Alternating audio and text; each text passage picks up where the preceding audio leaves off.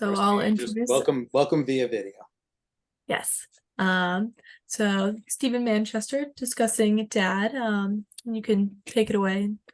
Thank you, Liz. Thanks for putting this together. I appreciate it. And again, my apologies. You're supposed to do a little bit earlier. But we're recording and we're good to go. So if you're anything like me, right, it's all about the backstory. It's about the why. Every book, every painting, everything I ever look at, it's like, why did he or she do this? And so I'm going to give you a few minutes on my background and then we'll talk more about the book itself. But when I was a kid, my grandfather was an amazing storyteller, right? He never put pen to paper, but you could sit at the feet of his rocking chair and he would spin tales that would make you laugh, cry. I couldn't tell the difference between fact and fiction, and I didn't care. All I knew is that words had power, and they had power to connect us, right? So I didn't realize at the time that he had planted a seed in me that someday I'd want to be a storyteller too. And his nickname was Swamp Yankee, right? So I come from the north, but it's a bit of a redneck family. I take great pride in it. And we're going to fast forward 20 years. I'm serving in the first Gulf War. I was a squad leader in a military police unit. To give you a little bit of an idea, at 23 years old, I was considered an elder, right? And Saddam Hussein at the time, I don't know if anybody recalls that time period, but we were sitting on the northern breach between Saudi Arabia and Iraq. Saddam Hussein swore it would take the Americans 6 months to get through the breach, to get into Iraq. It actually took us 17 minutes to get through. And my job as an MP was to collect enemy prisoners of war, or EPWs. And of all things, my call sign was Swamp Yankee, right? A little wink back to the family. Another thing that I loved about the military is you wear your last name on your uniform, right? So I've taught my children to feel the same way, right? When you leave the house, you represent our name, right? The same way that I represented my family's name. My brothers and sisters feel the same way. So there's that legacy that goes back to Swamp Yankee and my dad and generations that came before them. So long story short, I'm about 4 months into my tour of duty. I'm asked to bring somebody into northern Saudi Arabia. By this point, we're already into Iraq. We're about 60, 70 miles up in the Euphrates River Valley. And we did 3 days on, 3 days off, which is to say every day's in the desert. You responded to everything. It was absolutely ridiculous to have shifts. But I get asked to bring somebody into Saudi Arabia to an evac hospital, which is essentially you inflate this hospital so that it's sanitized. And, we leave. I got about 3 hours to get from Iraq into Saudi Arabia. I have a Prick 77 radio, which has about a 60-mile range, and I have all the call signs and frequencies. I'm the guy who has actually paved the way on these main supply routes, right, for people to get, back and forth to the front. We hit a dust storm or a sandstorm. If you've never experienced it, it's like taking just a can of powdered Tang and throwing it in your face, right? So visibility is at absolute zero. But if I don't stay on the throttle, if I don't stay on the gas, then we're going to get stuck in Iraq when the sun falls, and we don't want that. We're out hunting at night looking for POWs. They're doing the same, and they're not actually taking people the same way we are. So myself, my platoon sergeant, all of a sudden I'm driving along, and I look up, and I hear a bang, and I look up, and I see the windshield just spiders. And I realized we've just hit something. At first, I thought it was a sniper round, but the world starts to spin end over end. To make a very long story short, I end up getting kicked out of the Humvee. I actually get thrown out of it, which I believe saved my life. And smashes the driver's side. I wake up. The first thing I do is look at my fingers to make sure I had all of them. I'm not sure why I did that, but I came out with all my fingers. And I could hear the motor screaming, like it was whining. So I looked over. My platoon sergeant's hanging upside down like a bat. I go over. I cut him out. I end up dragging him over. I provide all the first aid that he needs as I'm treating him for shock. And the motor seizes up. But I'm still, at this point, I know where I am. I know the frequencies. I'm going to call him Bucky 13. Bucky 13, this is Swamp Yankee. Here's an 8-digit grid coordinate. Come and pick us up, right? Medevac. I get on the radio. I hear a squelch. Nothing. I get on the radio again. I hear a squelch. Nothing. And I realize the antenna is buried and that we need to wait. So either the Americans show up or the Iraqis show up. And I remember at the time, I'm standing in the largest ashtray in the world, right? And I remember thinking, life's short. No matter how this works out, life is really, really short. And do I want to pursue mediocrity when I get home? Right? My dream is to become a published author, to become a storyteller. I know at the time, industry standards around 97% on a rejection rate. But would I rather fail at something that I love or succeed at something that I hate, something that's going to make me better? And at the time, I was working in the prison system back home, the whole deal. So I kept a promise to myself. I came home, I went back to school, and then I started to write. And what I realized was the only time I've ever felt alone in my life was in the desert for those 3 hours. And it's taken me years to connect the dots. But when I look back now, I realize that every book that I write has an underlying theme, which is none of us is ever alone, not ever.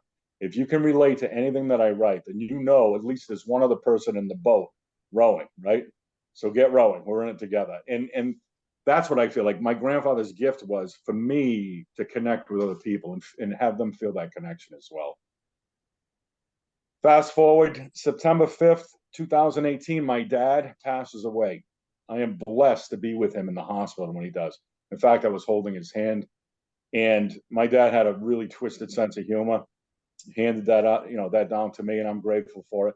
And, two of my siblings were in the room and, were telling me stories, and I'm sure it's, a lot of the audience has been through, that cycle of grief, but we got to a point where I told a funny story and everybody started laughing. And when everybody started laughing, my father flatlines, right? And I'm thinking, well, he went home, right, to see Swamp Yankee, right? And I have no doubt, as a man of faith, that in about 3 weeks, I'll be with them again anyway. But in the interim, I have work to do. So I leave the hospital. I feel sad, but I'm equally grateful. And I start to contemplate everything that he's done for me, right? He's made me the man that I am. And besides giving me my last name, he has poured a foundation for me that I can stand on and help to pour the foundation for my children as well. So as I'm pondering this, I'm thinking about not just my dad, but my grandfather, my uncles, my aunts, my mom. And then it starts to become, okay, now if we're going to pivot, let's look toward the future. And then I become part of that cornerstone, right?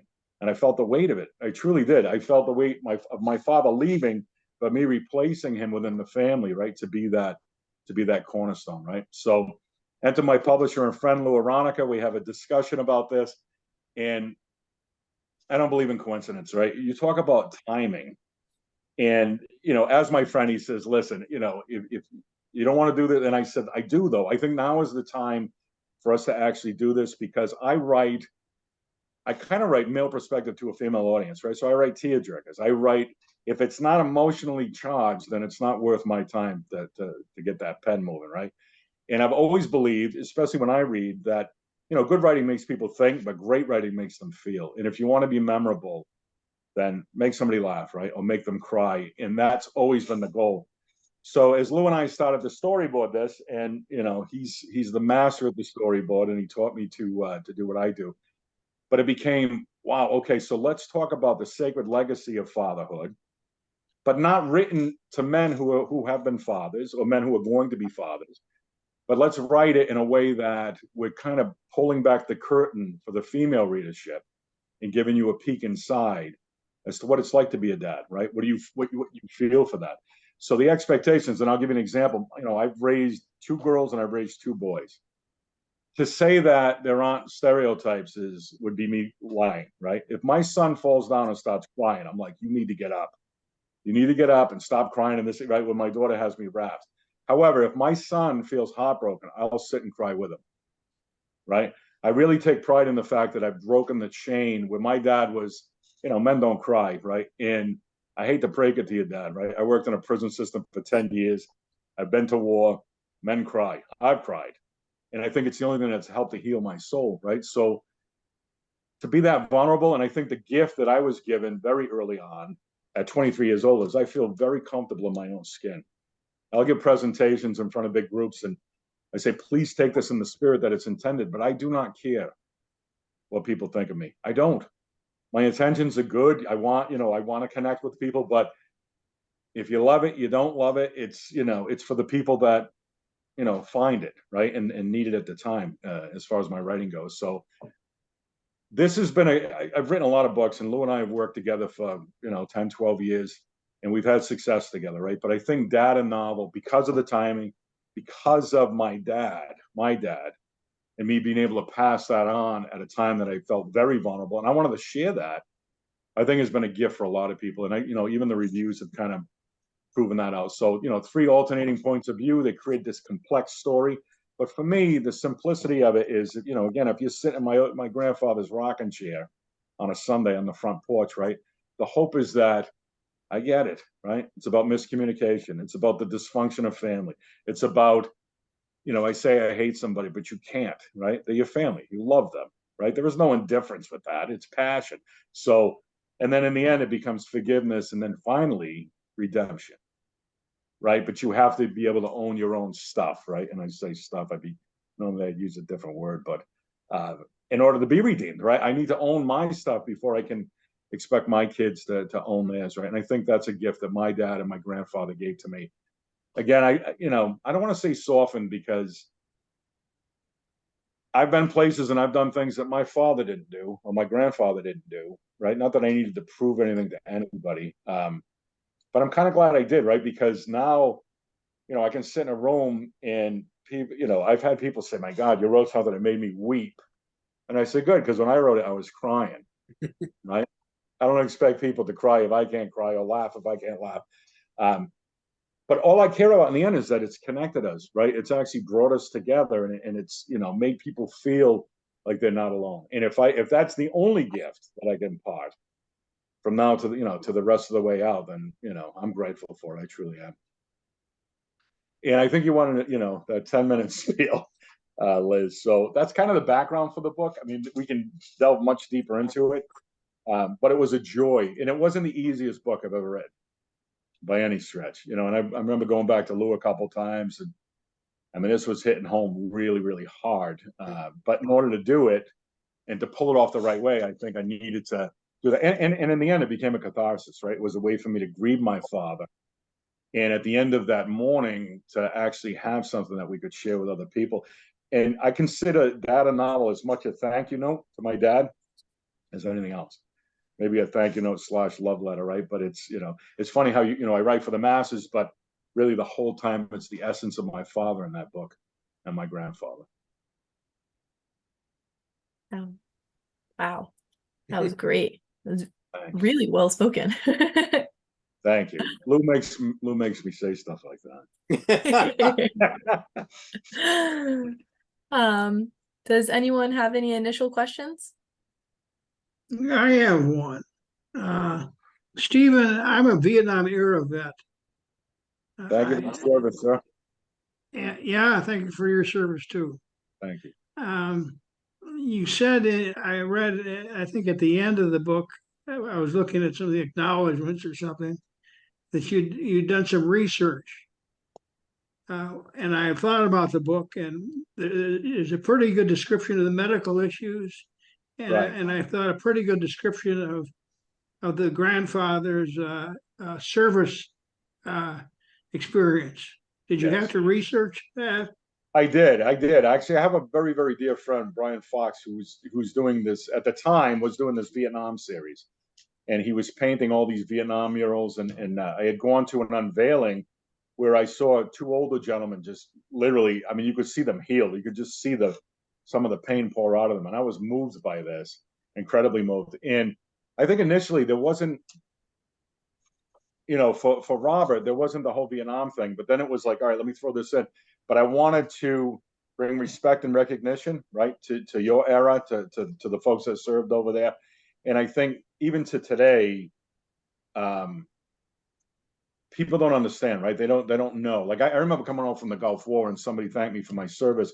And the gentleman, I could tell by, you know, obviously we wear our resume on our uniform. He had a CIB patch. You know, his right patch was, he had served in Vietnam. And I said, you know, I want to thank, you know, no, actually I said, I need to thank you. I never understood it. And now I only just understand a fraction of that, right? So whenever I impart or I put any type of military type stuff in there, the research is concise because it needs to be. The last thing I'm going to do is disrespect people that served over there. But I wanted to create distance between Oliver, right, the middle, you know, the son, and Robert, because Robert, I mean, let's be honest, right? A lot of veterans don't talk about their service. They don't talk about the pain that they carry from now to the grave, right? So that's going to create a gap. It's going to create some distance, you know, within relationships. And I think once he starts to come to terms with that and starts to share it, That's one of the first breakdowns, right? And I think when somebody has that breakdown, it gives you the permission or the license to do the same, you know? So it was a joy to bring the Vietnam stuff in. It's not the first time that I've used, you know, Vietnam veterans, and it certainly won't be the last, right? Whenever I have an opportunity to pay homage or respect, I do that. So hopefully you accepted it for what it was. Yeah, no, I liked it very much. Wonderful. Thank you. I appreciate that. Man. Well, He was speaking in of, the Navy, correct? Yeah, in the book, he was in the Navy. Yeah, I'm an Army guy, so I'll forgive it. You know what I mean? But he was in the Navy. I'm an Army guy too. There we go. Thank you, sir. I was a medic.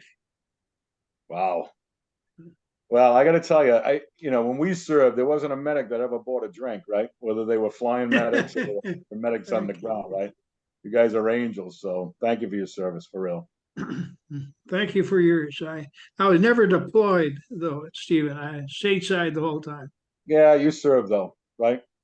You served. I served. Yeah, you did. Barbara? yeah, I was going to, since you were talking about the research, I was intrigued and well, saddened obviously by Robert's illness, which was not, the usual that you expect that he's going to have, he has to die in a reasonably short time, and so usually it's going to be, pancreatic cancer. That's my go-to if I need someone to die in a reasonable amount of time. But I also, so I'm sure you must have done some real research on that. Also, was there some reason that he could not leave the hospital? It was breaking my heart that he was he spent the last months of his life in the hospital, that he couldn't go home. Yeah, well, first of all, incredibly insightful observations, right? Because the research was done and it was accurate. I have to be honest, I have a really dear friend who I served in the Gulf War with, who is getting ready to retire, but he's an oncology nurse. He works up in Boston for Tufts. So the first call, whenever we're working on a book and I'm storyboarding it, Lou and I are talking, and I say, all right, we got somebody who's sick, who's gonna, and there was a time there where Lou and I would have this conversation, like, stop killing people, right? Like it's, so I did for a few bucks, but we're back to killing people again. So I called my buddy, Mark, and I said, listen, we have an older gentleman, and we even talked about the isolation period, right? Like I need him to be bedridden for X amount of time. I want him isolated so that the family can get to him, the whole thing, right? But I need him to be sick this amount of time, and I need him to die within this amount of time. And he usually comes back to me within a day or two. It's a brief conversation, maybe a half hour, and then from there I take the research and I move on from it.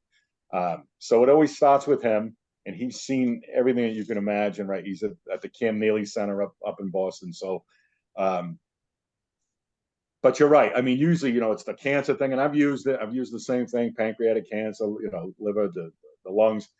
In this case, I wanted to go a little bit different, but I also wanted him bedridden. I really, truly did, because when you look at all three of them, they're all fighting against something, right? So here's the old timer, Robert, who's looking back thinking, the clock's ticking, right? So the panic that sets in is, did I impart everything that I was supposed to, right? He accepts the fact that he had squandered X amount of time, but the time that I have left, and now all of a sudden he's restricted to a bed, right?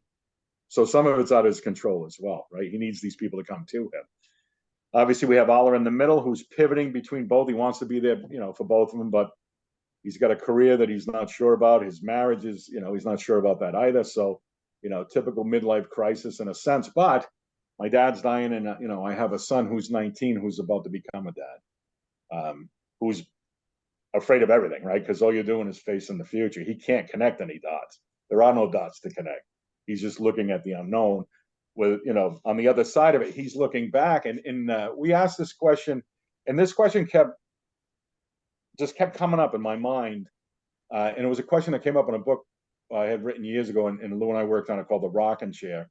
And within the rocking chair, the question was this: is it better to have the money in the bank, right, or face the unknown and go out and you know what I mean, and go out and get that, right, go scrap for it, right? I think about the accomplishments I've had and what it's taken me to get to where I am.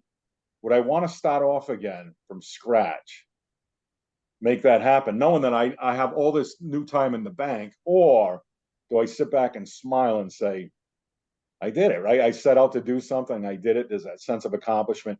But what I'm lacking now is that time, right? So that's what kept ticking away for this storyline, especially with Robert, right? So I mean, Jonah has all the time in the world, but he has no idea what to do with it. Or should he? Could I interject right here?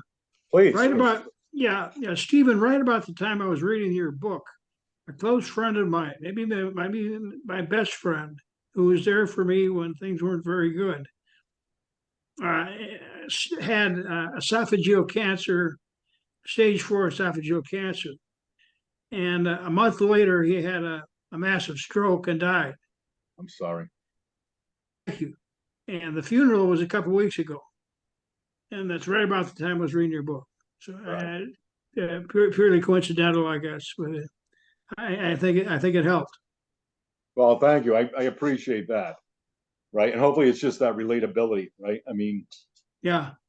it's amazing to me how we're all on the same track, right? We're just moving at different speeds, with different lengths. But and I remind myself of that constantly, right? Because for me, like if you can back it in and think about, if I'm at the tail end of it and I'm looking back, what do I want to feel? Right? What do I want to think? And I work toward that.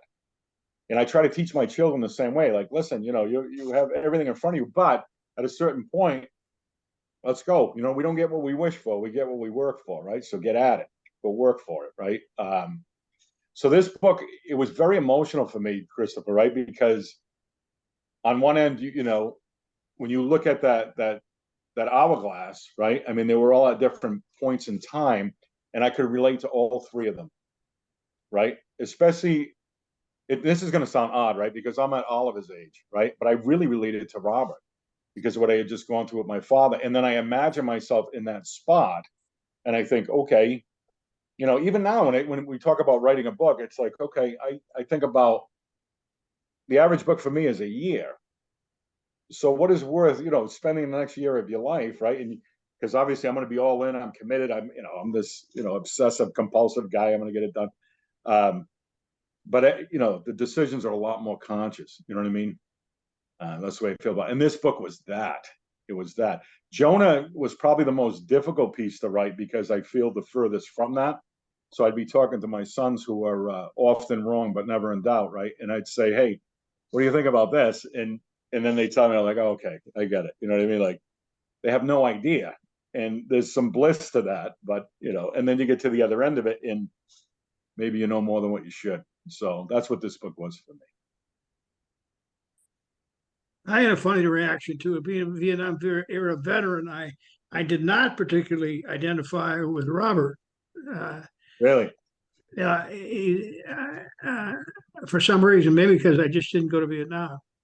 And with Oliver, I've never been married, so I didn't know what a midlife crisis involving or a relationship with a wife and that kind of thing. Right. But I had a lot of compassion for Jonas. Is it Jonas or? Oh yeah. Yeah, getting your girlfriend pregnant, Right. and that kind of struck home with me. And Yeah. he to me, he seemed the most vulnerable of your characters. Yeah, I think that's true. I think he was, right. And I think it's also like when you look at so these three alternating points of view, right? But it's a complex story because every time one of them makes a decision, it has an impact on the other, right? So if I'm Oliver and I'm looking back and I'm thinking, Jonah needs my help, my dad also needs my help. And in the meantime, who's on hold is me, right? And I'm drowning. Like I'm waiting for somebody to throw me a life preserver.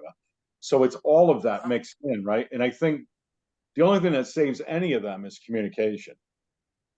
Like once they start to open up, then it's like, at the very least, I'm not treading water alone, right?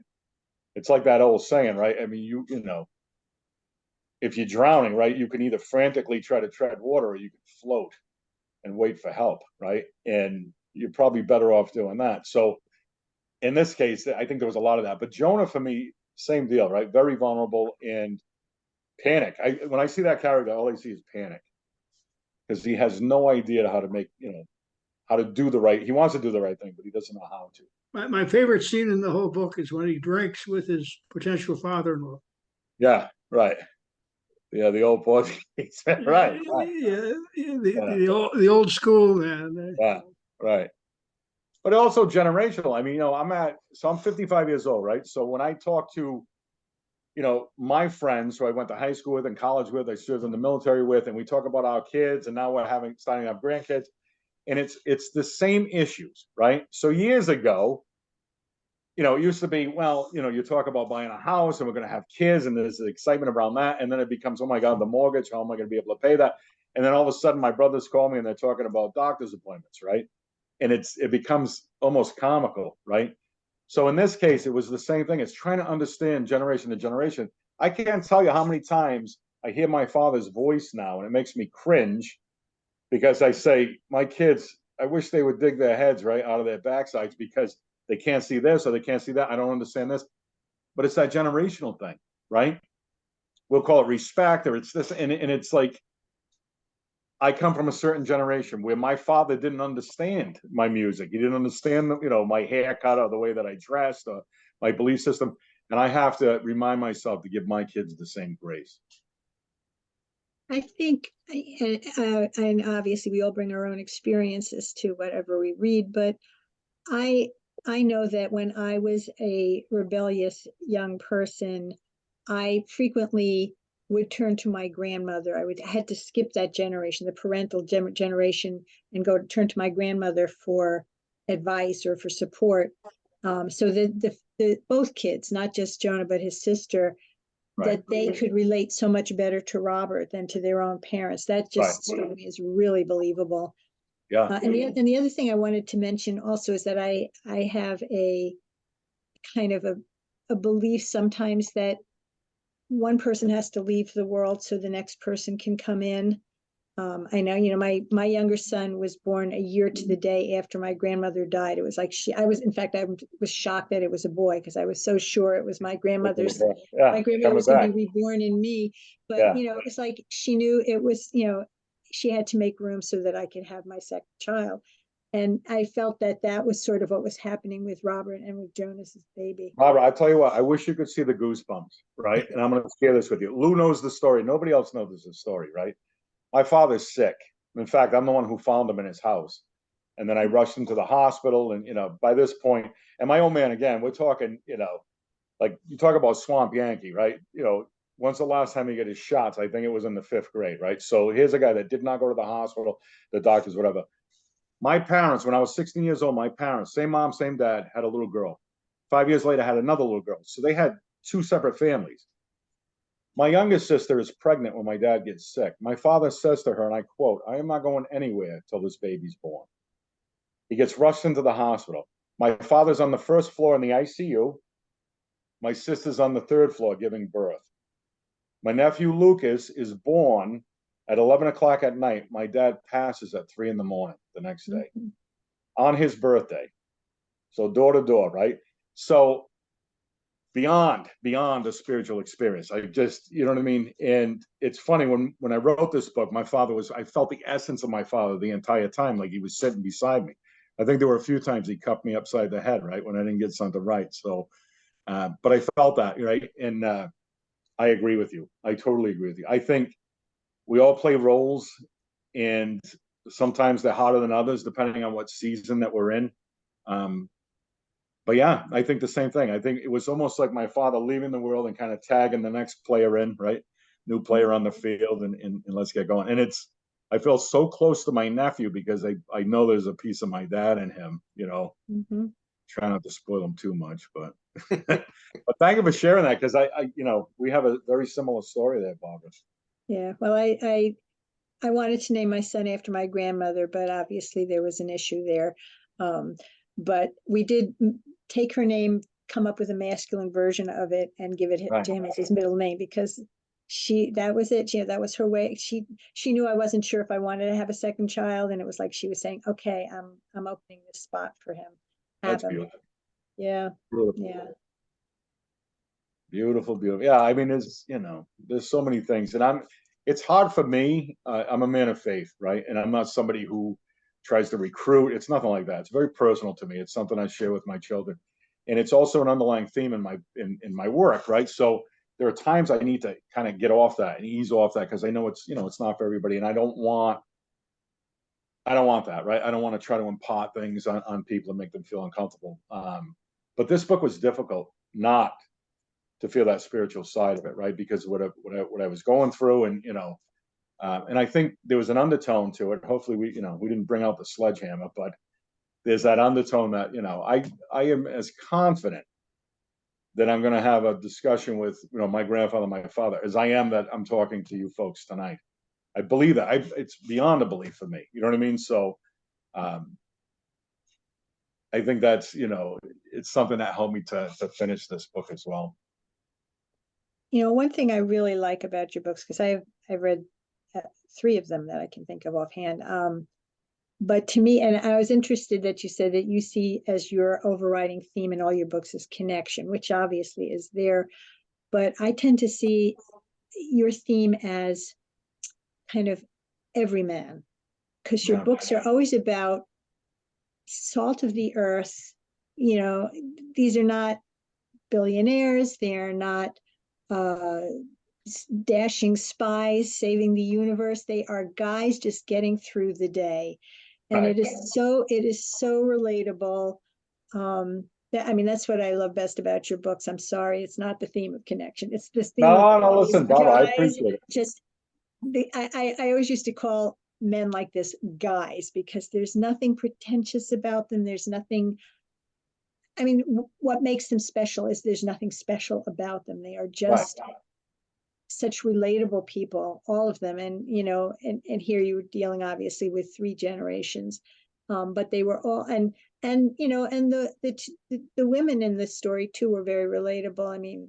I could sort of, sometimes I was very exasperated with Oliver's wife. I can't remember her name, but sometimes I said, yeah, he really is a PITA.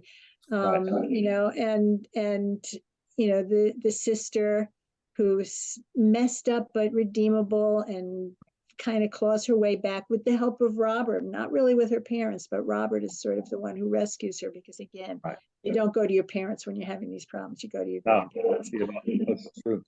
But that's, to me, that's the theme I see in all your books, is just these very guys walking the earth and trying to get through the day. It's a really beautiful story. Thank you, Bob. Listen, I appreciate that so much. I really do. And I'll tell you, so when my first son was born, his name's Evan. As he started to grow up, I watch him with my father, and he adores my father. He adores the same way I adored my grandfather, right? And I'm thinking, you have no idea who this man is, right? My father was heavy-handed, raised 3 sons with an iron fist, and all of a sudden I see this gentle man, right, with my children, and they're like, "Oh my God, Grandpa's the best in the world." Yeah. But then I realized the roles and responsibilities are significantly different, right? My grandfather walked on water for me. And then I hear stories later on that I didn't want to hear, right? Because there's no way my grandfather could have been that. But it's roles and responsibilities, right? And it's what's expected of us. Like Paul and I just had, 2 granddaughters back to back, right? And the gift of gifts, right? Absolutely the gift of gifts, like unconditional love I don't have to, don't get me wrong, I'm going to keep them safe and everything, but really my primary role is not discipline. It's not, you know what I mean? I'm going to, It's I'm going to spoiling them, of course. Yeah, right. We're going to go for ice cream because there's no adults watching. You know what I mean? But I'm starting to get it, right? But again, like what I love about this book is, and it's taken me a long time to realize this, when you're younger, you think you know things, but you haven't done enough, right, to look back and connect those dots. Now, when I connect the dots, it's almost as if everything makes sense. And maybe I'm trying to manifest it that way where, well, if I hadn't gone to the military, I couldn't have done this. I wouldn't have met Lou. Lou and I wouldn't have done that. So you can look back now and start to connect those dots. And I'm so grateful for that, right? And it makes me worry less about the future, right? And just have that faith that I'm on the right track. I better be by now, because if I'm not, whatever, we're just derailed. David, the other thing that you explore in here, and I think it's it's not explored enough. Not that you didn't explore enough. In literature, it is not explored enough. Is the difference, the generational difference in parenting roles? You talk about you talk about your father being, being a very different parent than you were, and the three fathers in this novel have two, sort of they're both complete. They are at the same time completely different fathers, and were dealt different sets of cards in terms of Yeah. being fathers. Right. And I think that's I think in a lot of ways we're still exploring fatherhood as a theme for because I think for a long time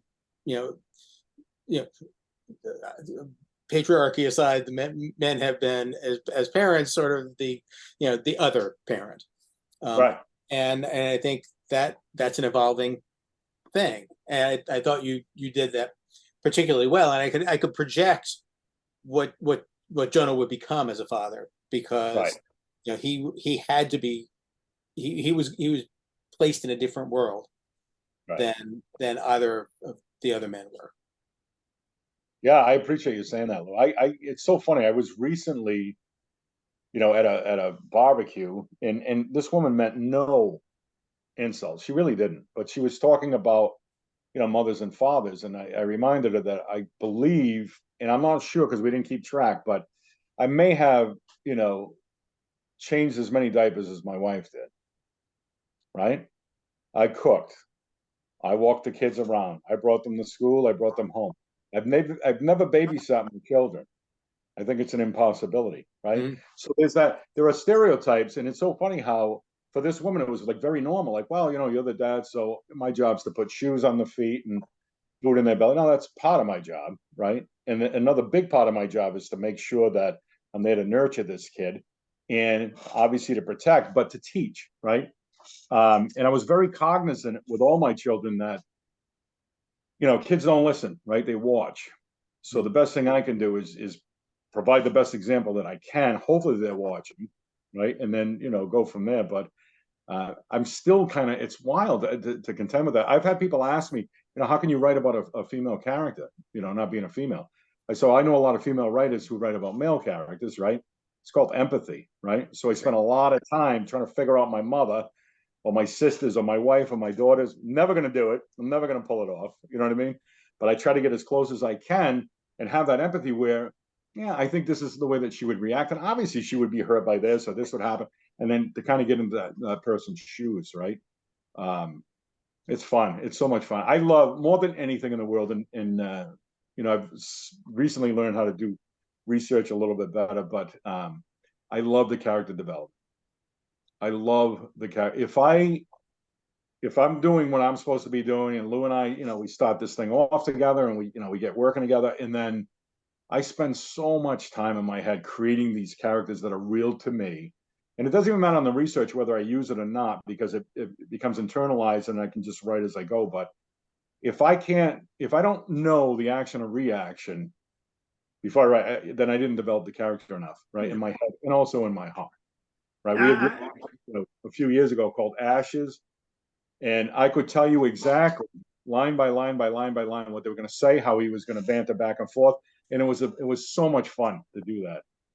Yeah, but Christopher, you had something. I'm saying. Yeah, I was just going to say something, Stephen. I basically what you just said, that I really cared about the characters in the book, and it's what drew me back to reading it. I read it, I think, in 4 sittings, and I wanted to know what happened to each character in the book. Good. What they're going through, and it was a little bit of a page turner for me. Good. And I think that was my favorite. I made a list of likes and dislikes, and the first like I have is a compelling storyline, and that was my reaction, my first reaction to the book. Well, thank you. I appreciate that feedback. I really do. Yeah, the characters for me, and I don't think it matters what kind of book that I write, right? From now until the end of time, like the character is going to drive it for me. It's just who I am. It's what I care about. So if it's not, if it doesn't have that human piece to it, and I love everything. I read fantasy, I'll read thrillers, and I can appreciate good writing in all genres, right? But for me, I want to get in the muck, right? With, you know, to Barbara's point, with the everyman, and hopefully that's really relatable enough where people can attach themselves, you know, to that storyline because of the characters. Couldn't agree more. Oh yeah, definitely. Thanks. Did anyone have any other questions, or should I ask some from our question list? Go for it.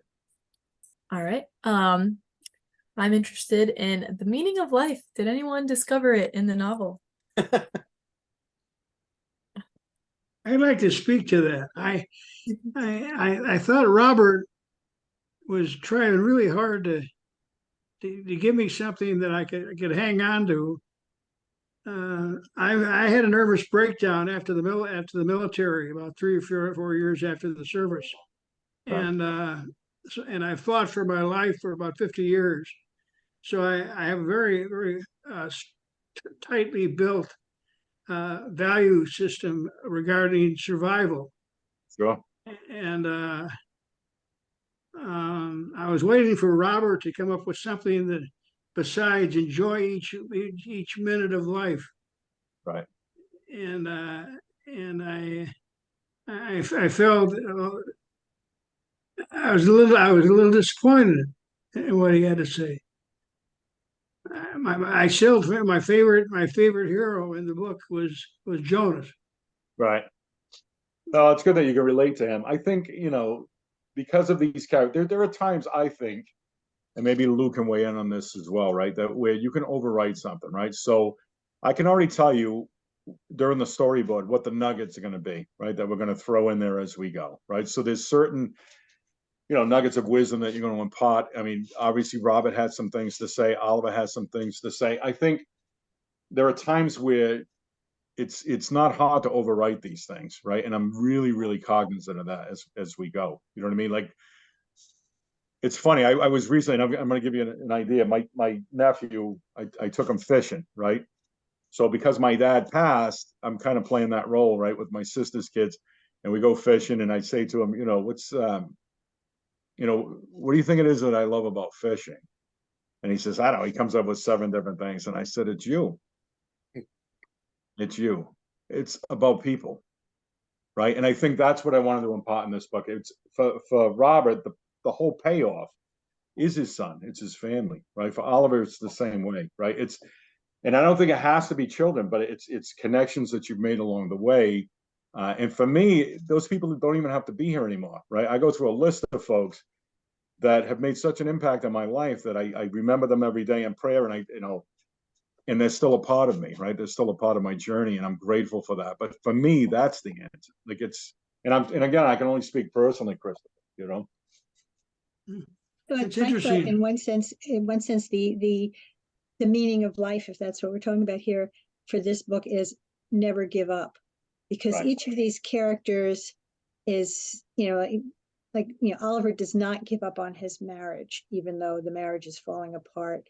He does not give up on his daughter, even though she's sneaking drugs in her friend and moves out of the house. Even, Robert is dying, but he doesn't give up his role kind of as the patriarch of the family. Right. And so each of them is just refusing in the face of really difficult challenges. They're all refusing to give up. And that to me was what kept this family together. I appreciate that. Yeah, sometimes the hero, sometimes the hero, wears a white T-shirt, Christopher, right? And struggled for years to. I mean, to me, that's what it's about, right? It's Barbara had brought up the point before. I get swept away in these heroic type stories, and you're like, wow, I wish I could, And then I look at the people who I admire the most, I have respected the most in my life, and they were the simplest, most giving. It's you know what I mean? That's what it is for me. Like the hero for me was my grandfather, right? Was my father. Those are my heroes. It's not anybody to do with politics or celebrities. There's nothing like that. And I think that's why I'm so drawn to these types of stories, because that's where it's found, right? We're all in it together, whether we like it or not. I look back on the book. It's been about a month or two since I quit reading it. I didn't quit reading until I finished it. Yeah, And yeah, and the three things came to mind as I look back on it. The solutions, the flat line of the heart monitor, the yeah, Cialis, and Jonas's marriage. You know, right, these problems can be solved. sure. And, and the book kind of ends that way on a Yeah. very positive note. And we could have kept going and going and going, right? Because once you solve one problem, another arises, right? And that's just Yeah. life, right? So obviously Robert's problems ended, right? But the other two have, just a myriad of things in front of them that they're going to have to contend with. The trick behind the book or the story was hopefully they don't have to do it alone, right? So Jonah's not in it alone anymore. He's got his father to help him, and vice versa. So even though Robert's not there, Robert has imparted whatever he can. He's left. Boom, we move Oliver over as the cornerstone of the family, and then you just keep going. At some point, Jonah's kids are going to go through the same thing we've gone through, right? And that's to me, that's the sacred legacy. It's not. I mean, I look at all the major things that have happened in my life, right? I've been to war, I came back, I walked on a red carpet, I've done this, I've done that, my children being born. And then I think of the things that have had the most impact on me. And I'm not going to, obviously, my kids are right, but the things that you would think were the highlights of my life outside of my children and my wife are not. They're very simple things. They were unexpected. It was, it almost seemed coincidental when certain things happened. And wow, you know what I mean? And I see, to me, finding that extraordinary in the ordinary is where it's at. But you don't want to do it alone, right? Like you want friends, you want family, you want people that you can rely on and that can rely on you. And I think that's what this book is about. It doesn't matter what the problems are. We're going to continue to have those. I know I do. As soon as I get off this call, my wife's going to ask me to do like 7 things. We'll just have to keep the call going. Yeah. The trash doesn't go out, though. We need Steve for 8 more hours. It's a lot of honeydews, Steve. Yeah, exactly. But I just, it's like riding the river. That's my thing, right? You got to ride the river, keep your legs up so you don't smash them on the rocks, right? And some of it's enjoyable, some of it's real tough, but I often wonder, and this is kind of going toward the faith side, but I used to believe that I drove my own bus, right? Now I found peace in the fact that I know I'm on the bus, I'm just not sure I'm driving, right? And there's some peace in that for me. Yeah, definitely. I did want to mention that I really loved this book particularly from like a female perspective. I know we were talking about that earlier, but I remember I picked it up and I didn't expect to like it as much. Right. Just like it being all about dads and like I have my dad, but I don't have like any experience of grandfathers, or obviously it's different with having sons and stuff too, but it was really interesting because it really drew that perspective for me that I wouldn't have otherwise had. So I really enjoyed that. I appreciate that, Liz. And I'll tell you, Lou and I have laughed about it, but this is one of those books where when the book's released, somebody buys it for their father on Father's Day, and the hope is that the mother grabs it off the nightstand and reads it, right? Or the daughter reads it, because it's not intent. I mean, even though you want men to read it and embrace it, but the intended audience is not just male, and it's not written for the male audience. I already know a lot of what's in there, right? It's just so funny how, when you talk about stereotypes, I'm 6 feet tall, right? I weigh 260 pounds. I have a background in law enforcement. And then I'll walk into a room and I write tearjerkers, right, for a female audience. And it's like books and covers, right? Books and covers. And I see the same thing with parenting, right? Like I know I see a lot of dads, a lot of young dads who are very, very actively involved in their kids and the rearing of their children. So we're starting, and I believe this is a fortunate thing where we're starting to peel away a lot of that, toughen up, don't cry. You should be able to cry if something hurts you, right? I'm not saying if you skin your knee, you need to be bawling, right? We could talk about that, but yeah, other than that, I've licensed all my kids, and I've let them watch me cry. I've made sure of it. My mom recently passed, and I made sure that that grieving process involved my children so that they would feel free to feel the same and be able to act the same when it was their time to go through it. Yeah, I think that's one of the reasons why I think this would have been, first of all, it would have been way less interesting, but I think also way less doable 25 years ago. Right. This novel would have been a very different novel 25 years ago, Right. and probably Right. not even worth reading, because because I think what to me means so much about this novel is that you're talking about not just 3 generations of fathers, but 3 eras of fathers. You know, that's how quickly this is evolving. Right. And that not enough people are talking about that. You know, it was Right. one of the reasons why I so wanted you to do this book, was because, you know, more of this conversation needs to be had about, you know, how quickly fatherhood is changing. Right. And exactly what you're talking about. I mean, that was, yeah, I mean, I had the experience. I have older siblings, and about 6 months after my first daughter was born, my first child was born, my brother-in-law, who is 10 years older than me, said to my sister, I am really jealous of Lou, because Lou is getting to do all these things that I wasn't allowed to do. And it really was that, you know, I was right there sort of at that tipping point where it became, you know, cool for fathers to change diapers and be the Yeah. who got up in the middle of the night and all that stuff. And before that, it just wasn't. You know, there are some, you know, in extreme situations where, you know, the mother was infirm, or you know, or there was, you know, some separation there.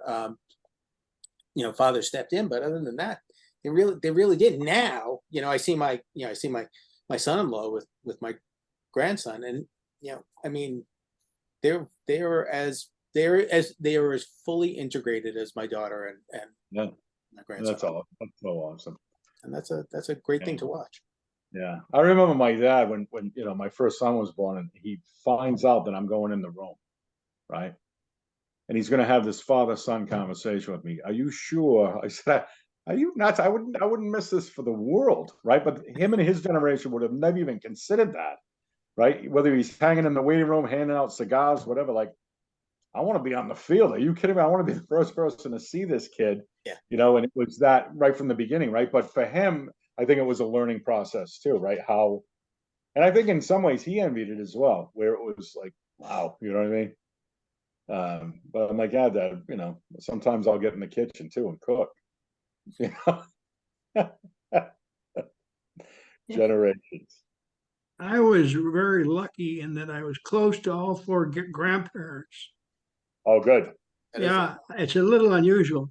I That makes played golf with one grandfather and shot ducks with the other one. Oh, And the grandmothers had me over to their house 10,000 times, and I had that all my life until they died in their 80s or 70s or 80s. well, that's fantastic. And I'll tell you, you know, I was very close to my grandparents as well, enough to know that I need to be very conscious when my grandkids are around, right? There is no telephone, there's no TV. I'm in the moment with them, right? And what's funny is I'll get, you know, I'll take a knee, and when they're talking, I have one of them I can't even understand, right? He's just starting to put things together, but to make sure that he knows that I'm listening, and that he's the only one in the room with me, right? Whether there's 40 people or, you know, that's so important to me, because that's what my grandfather gave to me, and it had such an enormous impact in my life, right? And we're going, you know, for me it's 55 years, but he helped pour that foundation, and it's so important that I do the same. I pay that back. Yeah. Again, I was close to my father. Good. Probably too close. Right. That's good though. We are Yeah, we're coming nearing on that on the witching hour. yes. Almost your time, Liz. It's almost time. But sorry, I can't save you from the very task. good. I've really enjoyed this. Yeah, me too. This was great. Yeah. Thank you so much.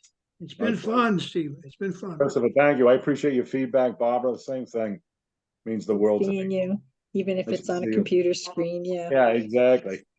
Hopefully next time it's at a conference. Yeah, that would be nice. Right. Yeah, Stephen, you're a much different guy than I anticipated. I hope that's a good thing. Chris. It's a good thing. It's a good thing. I had I was a little, I came into this with reservations for today. Really? Yeah, but you're much 10 times the man I had expected. Oh, thank you, sir. I appreciate that. My father would be happy to hear that. And I thought it was an interesting point in the book when Robert says to Oliver, "You're a good man, Oliver." Right. Yeah. Yeah, I recently heard a saying, I love this, and I can't use it because I didn't come up with it, but you know, I've met great men in my life, but I'd much rather be a good man. It's a great one. Yeah. Well, that is the All right. perfect note to end this. on. Yeah. And listen, I'm grateful. Thank you so much, Liz. I appreciate it. Of I know course. Thank It wasn't you. easy to put together, but thank you. Thanks a lot, Steve. Thank you, Lou. Okay. Appreciate it. Stay Thanks, healthy, Steve. stay Thank away you from so the much. grape leaves. Thanks again. Bye-bye.